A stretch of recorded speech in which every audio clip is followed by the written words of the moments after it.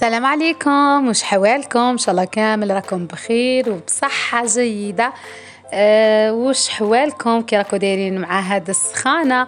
وش راكو دايرين في هاد الكونجي؟ راكو كاش ما بحرتوا، كاش ما خرجتوا، كاش ما راكو دايرين نشاطات لولادكم؟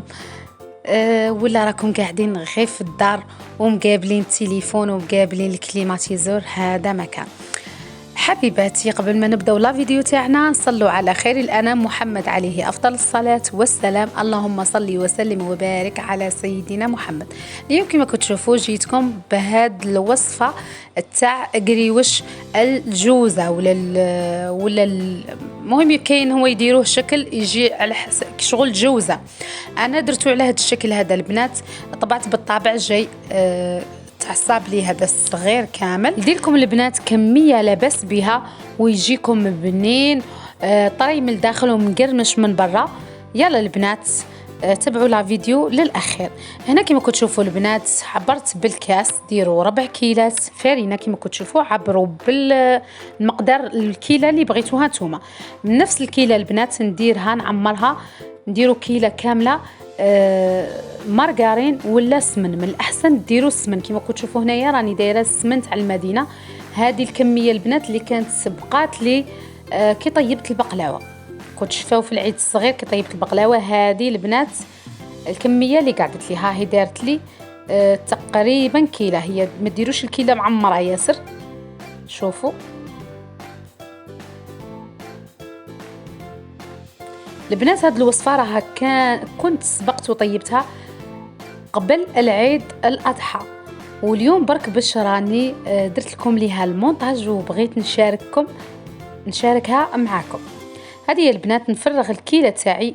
اذا بغيتو نتوما ذوبوها البنات باش تجيكم سهله كي تجوا تخدموا بها وما تعبكمش. انا هنا برك بغيت نقيسها في الكاس باش نشوف اسكو دير لي كيله تنحوا منها شويه برك. ديروا سمن ولا مارغرين. هنا عندي كما كنتوا تشوفوا البنات قرصه تاع الملح، وديروا لافاني البنات. دوك ندير انا لافاني. عندي هنايا حبه بيض فقط كما كنتوا تشوفوا، ونخلطهم. نحاول اني كامل هذيك الفرينه نبسسها مليح مليح بالسمن تاعي ولا بالمارغرين. وفي الاخير هنايا انا ها هي لافاني البنات، ضفت الفاني. رايحه هنايا نشمخ البنات بكيله تكون كميه الكبيره ما زهر، وديروا فيها شويه ماء. مانيش راح نستعمل كيله كامله البنات، قعد لي منها شويه ماء. المهم ديروا عينكم ميزانكم. نقعدوا نديروا كما كنتوا تشوفوا، نلموا مش تعجنوا، تلموا. راه على بالكم كامل هاد الصوالح نلموهم. شوفوا كيفاش البنات نقعد نضيف بشويه بشويه حتى نلقى العجينه تاعي تلمت معايا. كيما كتشوفوا هذا هو الشكل اللي تحصلت عليه البنات. تجيني عجينه طريه. نخلوها البنات ترتاح، هي المفروض انه ترتاح. ديروها في الليل حتى الصباح باش تخدموها، ولا ديروها كيما انا درتها الصباح عشيه باش خدمتها. هكاك ترتاح وتولي لكم تتكسل معكم كيما تبغوا نتوما. شوفوا كيش ولا الشكل تاعها، شوفوا كيش ولات تتكسل وارتاحت مليح. انا درتها خدمتها البنات مع ل 12 وخليتها ترتاح حتى العشيه باش كيما كتشوفوا راني نفتح فيها. افتحوها البنات كامل رقيقه كيما تفتحوا القريوش تاعكم. كي تجوا تخدموا القريوش لازم تكون طبقه رقيقه. انا هذه الاولى اللي فتحتها خليت نصف الكميه تاع العجين.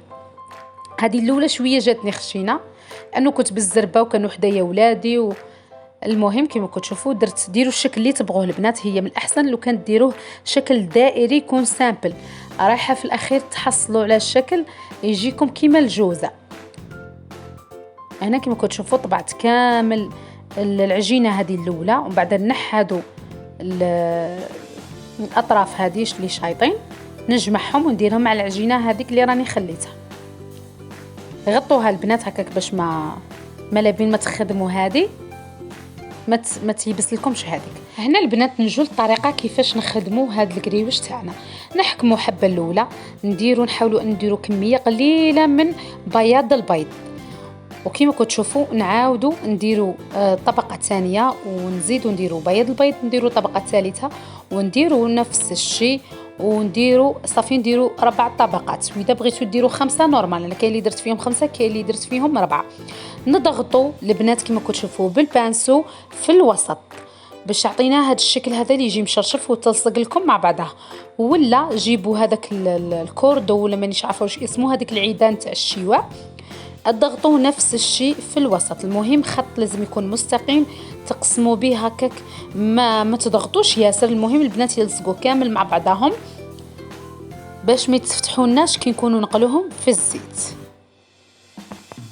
البنات انا بعد ما كملت العجينه الاولى عاودت هنايا فتحت كامل الكميه اللي كانت عندي، كملت بنفس الطريقه وطبعت كامل هادو. راكم تشوفوا هذه جايه شويه رقيقه على الاولى. كملت هنايا البنات ورايحه كامل نخدمهم مع بعضها. نتوما من الاحسن لو كان كاين واحد يعاونكم باش ما يقعد لكمش شغل كي تقعد لكم هذيك الحبه اللي تكونوا خدمتوهم ودرتوهم فوق بعضهم كي تخلوهم كشغل ينداو.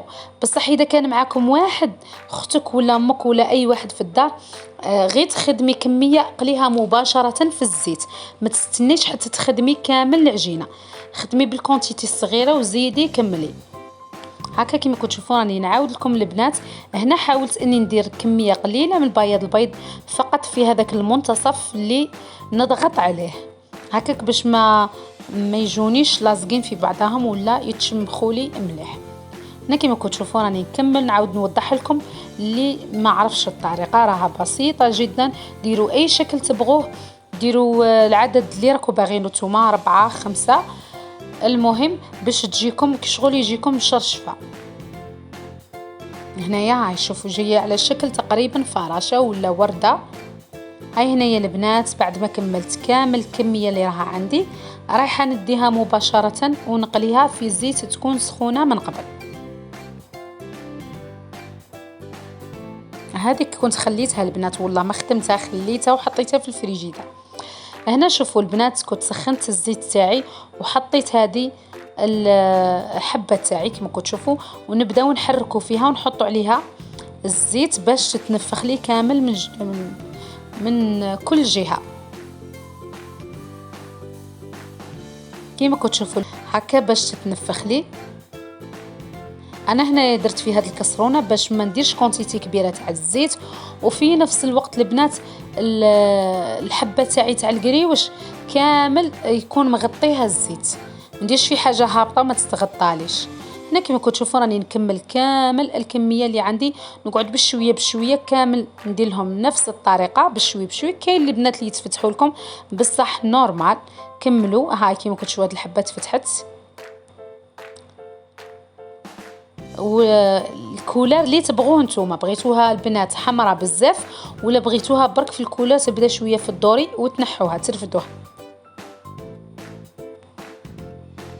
هنا البنات النار تكون متوسطه، ما تكونوش زايدين لها ياسر ما تكونوش منقصين لها. اذا منقصين لها راح يشرب لكم كامل الزيت، واذا كانت زايده راح يتحرق لكم وما يطيب لكمش من الداخل. هنا باش ما نطولش عليكم البنات لا فيديو رايحه نروح مباشره نديروا لها العسل البنات.